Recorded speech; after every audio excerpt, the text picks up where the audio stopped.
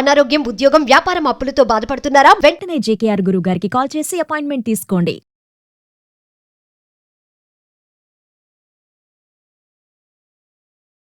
నమస్తే, సుమన్ టీవీకి స్వాగతం. మనం పురాణ కథలు వింటుంటాం తరచుగా.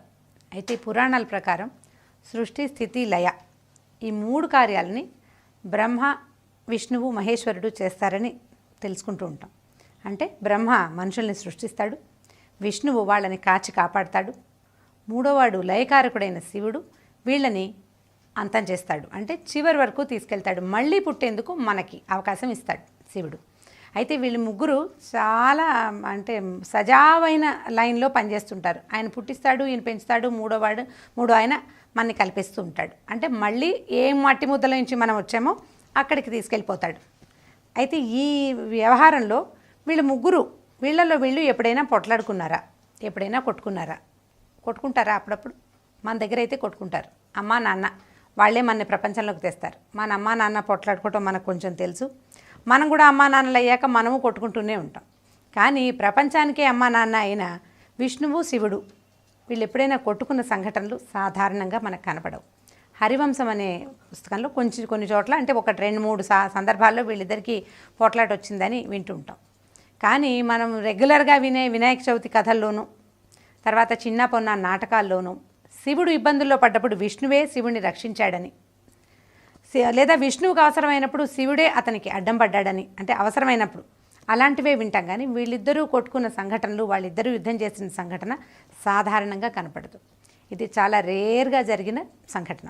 అయితే ఈ రేర్ సంఘటనకి భారత కథల్లోనే ఒక కథ ఉంది, ఉషా పరిణయం కథ.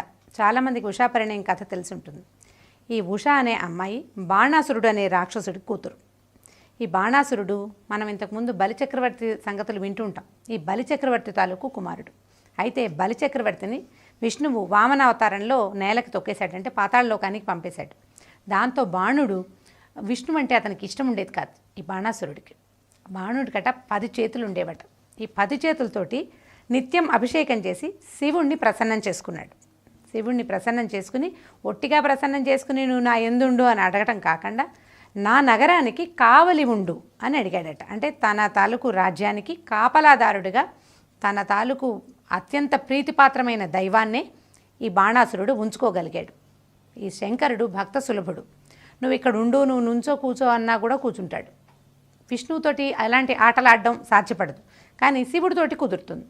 కాబట్టి ఈ బాణాసురుడు ఏమన్నాడంటే ఈ శోణపురం అనే తన నగరానికి కావలివాడిగా శివుణ్ణి అట్టుపెట్టుకున్నాడు. అయితే కొంతకాలం గడిచిన తర్వాత ఈ బాణాసురుడి కుమార్తె అయిన ఉషకి ఒకరోజు రాత్రి కల వచ్చిందట. ఆ కలలో ఆమె ఒక యువకుడిని చూసింది. అయితే తన ఫ్రెండ్ అయిన చిత్రలేఖకి ఈ సంగతి చెప్పింది. నేను ఒక యువకుడిని చూశాను, అతని మీద నాకు మనసైంది, అతన్ని పెళ్లి చేసుకోదలుచుకున్నానని. ఈ అమ్మాయి కళలో కనపడ్డ వ్యక్తిని ఎవరైనా ఎలా తెలుసుకుంటాం? మన కళలోకి వచ్చిన వాడిని ఇంకోళ్ళు తెలుసుకోలేరు కదా. అయితే ఈ చిత్రలేఖ ఆ అమ్మాయి గాంధర్వ విద్యలు తెలిసిన అమ్మాయి, చాలా మాయా విద్యలు వచ్చనమాట. దాంతో ఆ అమ్మాయి ఏం చేస్తుందంటే భూప్రపంచం మీద ఉన్న అందరూ రాజకుమారులవి, అందరూ నవయువకులవి, పెద్ద వాళ్ళ పిల్లలు, చిన్నవాళ్ళ పిల్లలు, సమస్తమైన వాళ్ళ అబ్బాయిలందరినీ ఫోటోలు గీసి చూపించిందట. అంటే ఫోటో గీయడం అంటే తీయడం కాదు కదా, అప్పట్లో చిత్రలేఖనం ఉండేది. బొమ్మలు గీసి చూపించింది. బొమ్మలు గీస్తే ఈ బొమ్మల్లో ఒక యువకుడిని ఉష గుర్తుపట్టింది. ఈ గుర్తుపట్టబడిన యువకుడు ఎవరంటే శ్రీకృష్ణుడికి సాక్షాత్తు మనమడైన అనిరుద్ధుడు. శ్రీకృష్ణుడికి అష్టభార్యలు మనకు తెలుసు కదా. సో ఈ శ్రీకృష్ణుల వారికి రుక్మిణీదేవి వల్ల కలిగిన సంతానం ప్రద్యుమ్నుడి కుమారుడు అనిరుద్ధుడు. ఈ అనిరుద్ధుడు కొంత పోలికలో శ్రీకృష్ణుల వారిని పోలి ఉండేవాడు. అయితే ఈ చిత్రలేఖ ఈ అనిరుద్ధుడే ఈ అమ్మాయి కల్లోకి వచ్చిన వాడని తెలుసుకుని ఒకనాటి రాత్రి మాయోపాయంతో అనిరుద్ధుడిని ఈ ఉషాకన్య తాలూకు అంతఃపురానికి తీసుకొచ్చిన ఈ అనిరుద్ధుడు ఈ అమ్మాయిని చూసి ఆ అమ్మాయిని మోహించి అక్కడే ఉండిపోయాడు అంతఃపురంలో.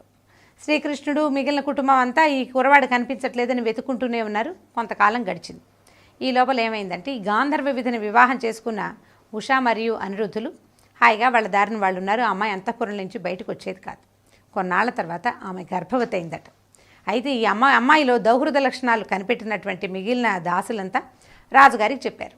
వాళ్ళ రాజైన బాణాసురుడు ఈ కూతురు గర్భవతి అయిందని, దీనికి కారణం ఈ అంతఃపురంలో దాగి ఉన్నటువంటి అనిరుద్ధుడేనని తెలుసుకుని అతను కృష్ణుడి పోలికల్లో ఉండేసరికల్లా ఈ అనిరుద్ధుడిని బంధించాడు. ఈ బంధించిన సంగతి తెలుసుకున్నటువంటి నారదుడు ఈ విషయాన్ని తీసుకెళ్ళి శ్రీకృష్ణుడికి తెలియజేశాడట. మీ మనవడు ఫలానా చోటు ఉన్నాడు, అతన్ని బంధించారు, రేపో మాపో అతన్ని చంపేస్తారు అని. దాంతో ఈ కృష్ణుడు వెంటనే ఈ కుర్రాడు ఇక్కడ ఉన్నాడని తెలుసుకునేసరికల్లా బలరాముడు, సాత్యకి, తన తాలూకు మిగిలిన పరివారగణం అన్నదమ్ములందరితోటి కలిసి యుద్ధానికి శోణపురానికి వచ్చేసాడు. ఈ శోణపురానికి వచ్చేసరికల్లా ఈ వాకిట బయట కాపలా ఉన్నవాడు శివుడు. అక్కడికి యుద్ధానికి ఎవరు వచ్చినా వాళ్ళతో శివుడు యుద్ధం చేయవలసిందే. ఈ వచ్చిన కృష్ణుడిని చూసేసరికల్లా ఈ బాణుడు వాళ్ళంతా కూడా బయటకు వచ్చారు యుద్ధం చేయడానికి. అక్కడే కాపలాదారుడిగా ఉన్నటువంటి శివుడు కూడా స్వయంగా యుద్ధానికి పూనుకున్నాడట. బాణాసురుడు 10 చేతులతోటి ప్రచండంగా యుద్ధం చేశాడు. బలరాముడు అతన్ని ఓడించబోయాడు. ఇంకా ఇలా రకరకాలుగా కొట్టుకుంటుండగానే శివుడు మరియు శ్రీకృష్ణుడు వీళ్ళిద్దరికీ యుద్ధం సంభవించింది. ఇద్దరూ సమవుజ్జీలు, ఎవరూ తగ్గేవాళ్ళు కాదు. కృష్ణుడికి తన మనవడు కావాలి, శివుడికి తన భక్తుడు కావాలి. వీళ్ళిద్దరూ యుద్ధం చేస్తూ ఉండగా భూదేవి అదిరిపోయిందట. మిగిలిన యుద్ధాలన్నిటికీ ఆవిడేం బెదరలేదు. అదిరిపోయి వీళ్ళిద్దరూ నన్ను కాచి కాపాడాల్సిన వాళ్ళు, ఒకడు పాలించాలి, రెండోవాడు నాలో మిగిలిన ప్రాణుల్ని కలిపేయాలి, వీళ్ళిద్దరూ కలిసి కొట్టుకుంటూ ఉంటే నేనేం చేయాలని ఆవిడ పరిగెత్తుకుంటూ వెళ్ళి బ్రహ్మ దగ్గరికి, అయ్యా వీళ్ళిద్దరూ కొట్టుకుంటున్నారు, నేను వీళ్ళ యుద్ధాన్ని భరించలేను, నా వల్ల కాదని చెప్పిద్దట. అప్పుడు బ్రహ్మ వచ్చేసరికల్లా ఈ కృష్ణుడేమో నారాయణాస్త్రాన్ని, శివుడేమో పాశుపతాస్త్రాన్ని సంధించి రెడీగా ఉన్నారు. శివుడికి సంబంధించింది పాశుపతాస్త్రం. ఈ అస్త్రాన్ని అర్జునుడు సాధించాడని మనం కథల్లో వింటూ ఉంటాం. ఎలాగో విష్ణుమూర్తి తాలూకు అవతారమైన శ్రీకృష్ణుడి దగ్గర నారాయణాస్త్రం ఉంది. ఈ 2 అస్త్రాలు కనుక ఒకదాన్నొకటి ఢీకొంటే ముల్లోకాలు కదిలి చెరువులో కలిసిపోవాల్సిన, సముద్రంలో కలిసిపోవాలి. దగ్గరలో ఏది ఉంటే అది అప్పటిండే చెరువు వాళ్ళకున్నది సముద్రమే, అందులో కలిసిపోవాలి. దాంతో బ్రహ్మ వెంటనే వాళ్ళిద్దరిని ఆపి, ఇది పొరపాటు, ఈ పని చేయవద్దని పాతాళలోకం నుంచి బలిని పైకి రప్పించి బాణాసురుణ్ణి ఉషని అనిరుద్ధుడికి ఇచ్చేలాగా వివాహం చేసేటట్టుగా ఒప్పించాడట. బలి చక్రవర్తి వచ్చి తన కుమారుణ్ణి మందలించి, ఈ పని చేయకూడదు, ఆల్రెడీ గర్భవతి అయిన అమ్మాయిని అట్టపెట్టుకుని నువ్వేం చేస్తావు, ఈ అమ్మాయిని పెళ్లి చేసేయమని చెప్పి బలి చేత చెప్పించారు. చెప్పించిన తర్వాత ఈ శివుడు కృష్ణుడు ఇద్దరు ఈ యుద్ధాన్ని విరమించారు.